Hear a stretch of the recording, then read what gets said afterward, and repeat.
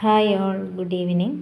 അപ്പോൾ നമ്മൾ കഴിഞ്ഞ കുറച്ച് ദിവസങ്ങളായിട്ട് ഭരണഘടനയിലെ കുറേ ടോപ്പിക്സാണ്, കുറേ ഭാഗങ്ങളാണ് നമ്മൾ ചർച്ച ചെയ്തുകൊണ്ടിരിക്കുന്നത് അല്ലേ, നമ്മൾ നോക്കിക്കൊണ്ടിരിക്കുന്നത്.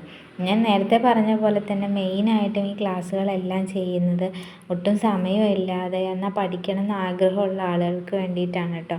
അപ്പോൾ അവർക്ക് കേട്ട് പെട്ടെന്ന് എക്സാം പോയിൻ്റ് ഓഫ് വ്യൂവിൽ കാര്യങ്ങളൊക്കെ മനസ്സിലാക്കിയിരിക്കാനും എന്നാൽ ഡീറ്റെയിൽഡായിട്ട് അവർക്ക് പഠിക്കാൻ പറ്റാത്തതിൻ്റെ ഒരു അവസ്ഥയുമുണ്ട്. അപ്പോൾ അതുകൊണ്ടാണ് ഞാൻ നമുക്ക് എക്സാമിന് വരാൻ സാധ്യതയുള്ള ഈ ഭാഗങ്ങളിൽ നിന്നൊക്കെ ഏറ്റവും അത്യാവശ്യം അറിഞ്ഞിരിക്കേണ്ട കാര്യങ്ങൾ മാത്രം ഉൾപ്പെടുത്തിക്കൊണ്ട് ഇതുപോലൊരു വീഡിയോ ചെയ്യാം, കുറച്ച് പേർക്കെങ്കിലും യൂസ്ഫുൾ ആകുമെന്ന് കരുതിയിട്ടാണ് വീഡിയോസ് ചെയ്യുന്നത്. അപ്പോൾ തീർച്ചയായിട്ടും നിങ്ങൾക്ക് ഉപകാരപ്പെടുകയാണെന്നുണ്ടെങ്കിൽ നിങ്ങൾ ലൈക്ക് ചെയ്യണം കേട്ടോ. അതുപോലെ തന്നെ നിങ്ങളുടെ കമൻസൊക്കെ അറിയിക്കണം. കുറച്ച് പേരൊക്കെ അങ്ങനെ ചെയ്യുന്നുണ്ട്, കമൻറ്റൊക്കെ അറിയിക്കുന്നുണ്ട്. അപ്പോൾ എന്തായാലും നമുക്കിന്ന് മൗലിക അവകാശങ്ങളെക്കുറിച്ച് നോക്കാം. അപ്പോൾ ഇന്ത്യൻ ഭരണഘടനയുടെ മാഗ്ന കാർട്ട അല്ലെങ്കിൽ ആണിക്കല്ല് എന്ന് പറയുന്നത് എന്താണ്? മൗലിക അവകാശങ്ങളാണ് അല്ലേ. അപ്പോൾ ഈ മൗലിക അവകാശങ്ങൾ, ഒരു പൗരന് കുറേയധികം അവകാശങ്ങൾ, പൗരന്മാരുടെ അവകാശങ്ങളുടെ ഒരു പട്ടിക, അതായത് ബിൽ ഓഫ് റൈറ്റ്സ് എന്ന് പറയും. അപ്പോൾ ഈ ഒരു ബിൽ ഓഫ് റൈറ്റ്സ് അല്ലെങ്കിൽ മൗലിക അവകാശങ്ങളെ അവർക്ക് മൗലികമായിട്ട് ഏറ്റവും സുപ്രധാനമായിട്ടുള്ള കുറേ അവകാശങ്ങളുണ്ടെന്നും ആ അവകാശങ്ങളെ സ്റ്റേറ്റ് ഒരിക്കലും എന്ത് ചെയ്യാൻ പാടില്ല, അതിനെ ഹനിക്കാൻ പാടില്ല എന്ന് അവരെന്ത് ചെയ്യുക, ആ അവകാശങ്ങളെ സംരക്ഷിക്കണം.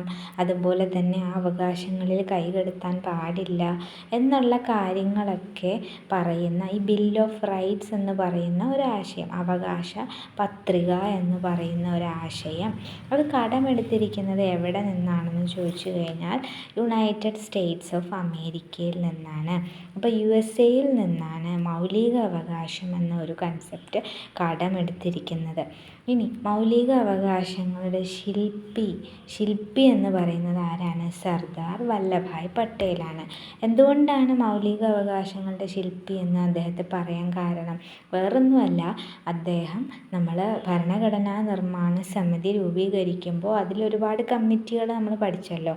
ആ കമ്മിറ്റിയിൽ ഫണ്ടമെൻ്റൽ റൈറ്റ്സ് ആൻഡ് മൈനോറിറ്റീസ് കമ്മിറ്റിയുടെ അധ്യക്ഷനായിരുന്നു സർദാർ വല്ലഭായ് പട്ടേൽ.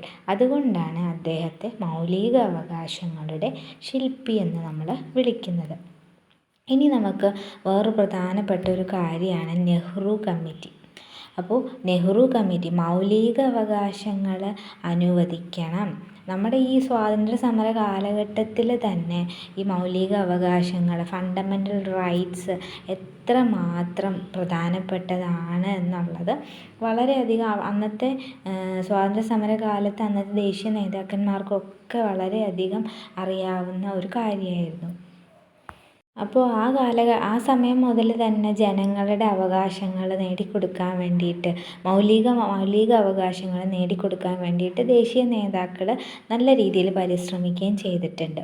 അപ്പോൾ ഈ മൗലിക അവകാശങ്ങൾ അനുവദിക്കണം എന്ന ആവശ്യം ആദ്യമായിട്ട് മുന്നോട്ട് വെച്ചത് നെഹ്റു കമ്മിറ്റിയാണ്. നെഹ്റു കമ്മിറ്റിയാണ് മൗലിക അവകാശങ്ങൾ അനുവദിക്കണം. അതൊരു പൗരൻ്റെ മൗലികം എന്ന് പറഞ്ഞാൽ ഏറ്റവും സുപ്രധാനമായിട്ടുള്ള അവകാശങ്ങളാണ് അല്ലേ. നമ്മളൊരാൾ ജനിക്കുമ്പോൾ കിട്ടുന്ന അവകാശങ്ങളാണത് അല്ലേ. അപ്പോൾ ഈ അവകാശങ്ങൾ അനുവദിക്കണം എന്ന ആവശ്യം ആദ്യമായി മുന്നോട്ട് വെച്ചത് മോത്തിലാൽ നെഹ്റു കമ്മിറ്റിയാണ്.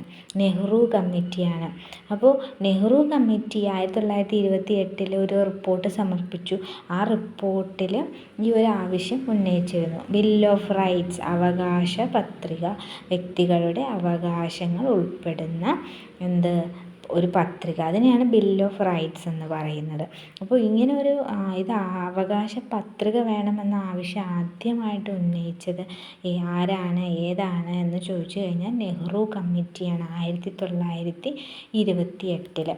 പിന്നീട് 1933 കറാച്ചി കോൺഗ്രസിൻ്റെ കറാച്ചി സമ്മേളനത്തിൽ വെച്ചിട്ട് മൗലിക അവകാശങ്ങളെ സംബന്ധിക്കുന്ന ഒരു പ്രഖ്യാപനം അംഗീകരിക്കുകയും ചെയ്തു. കറാച്ചി സമ്മേളനത്തിൽ വെച്ചിട്ട്, കോൺഗ്രസിൻ്റെ കറാച്ചി സമ്മേളനം 1933. അപ്പോൾ ആദ്യമായിട്ട് മൗലിക അവകാശങ്ങളുമായി ബന്ധപ്പെട്ടിട്ടുള്ള ഒരു റിപ്പോർട്ട് മൗലിക അവകാശങ്ങൾ ഏറ്റവും അനുവദിക്കണം എന്നുള്ള ആദ്യമായിട്ട് അതുമായി ബന്ധപ്പെട്ട ഒരു റിപ്പോർട്ട് സമർപ്പിച്ചത് 1928 നെഹ്റു കമ്മിറ്റിയാണ്. അപ്പോൾ അതിനൊരു കാരണമുണ്ട്. 1927 ഇവിടെ സൈമൺ കമ്മീഷനെ ബ്രിട്ടീഷുകാർ നിയോഗിച്ചല്ലോ. അപ്പോൾ സൈമൺ കമ്മീഷൻ വന്നപ്പോൾ കമ്മീഷനിലെ എല്ലാ അംഗങ്ങളും ഇംഗ്ലീഷുകാരായിരുന്നു. അപ്പോൾ ഇംഗ്ലീഷുകാർ നമ്മുടെ രാജ്യത്തിൽ നടപ്പാക്കേണ്ട ഭരണഘടനാ പരിഷ്കാരങ്ങളെക്കുറിച്ച് പഠിക്കാൻ വന്ന ആളുകളൊക്കെ ഇംഗ്ലീഷുകാരാണ്. അപ്പോൾ അതിനെല്ലാം ഈ കോൺഗ്രസിൻ്റെ ആളുകളൊക്കെ അതിനെതിരെ ഈ സൈമൺ കമ്മീഷനെ ബഹിഷ്കരിക്കുകയൊക്കെ ഉണ്ടായിരുന്നു. അപ്പോൾ അങ്ങനെ സൈമൺ കമ്മീഷനെതിരെ ഇങ്ങനെ പ്രതിഷേധം ഭയങ്കരമായിട്ട് വന്നപ്പോൾ, എല്ലായിടത്തുനിന്നും പ്രതിഷേധം വന്നപ്പോൾ ഇന്ത്യക്ക് ഒരു ഭരണഘടന രൂപീകരിക്കാനായിട്ട് എല്ലാവർക്കും സർവ്വസമ്മതമായിട്ടുള്ള ഒരു ഭരണഘടന രൂപീകരിക്കാൻ ബ്രിട്ടീഷുകാർ നമ്മളെ വെല്ലുവിളിക്കുകയുണ്ടായി. അങ്ങനെ ഈ വെല്ലുവിളി സ്വീകരിച്ചിട്ടാണ് നമുക്ക് അനുകൂലമായിട്ടുള്ള നമ്മുടെ രാജ്യത്തിന് എല്ലാ ആളുകൾക്കും അംഗീകരിക്കാൻ പറ്റുന്ന രീതിയിലുള്ള ഒരു ഭരണഘടന തയ്യാറാക്കാൻ വേണ്ടിയിട്ട് വന്ന ഒരു ഉപകമ്മിറ്റിയാണ് ഈ മോത്തിലാൽ നെഹ്റു കമ്മിറ്റി എന്ന് പറയുന്നത്. അപ്പോൾ ഈ കമ്മിറ്റിയുടെ അധ്യക്ഷൻ ആരായിരുന്നു? മോത്തിലാൽ നെഹ്റു ആയിരുന്നു. അതുപോലെ തന്നെ സെക്രട്ടറി ജവഹർലാൽ നെഹ്റു ആയിരുന്നു. എന്നിട്ട് ഇവർ 1928 ഓഗസ്റ്റിൽ ഒരു റിപ്പോർട്ട് സമർപ്പിക്കുകയും ചെയ്തു.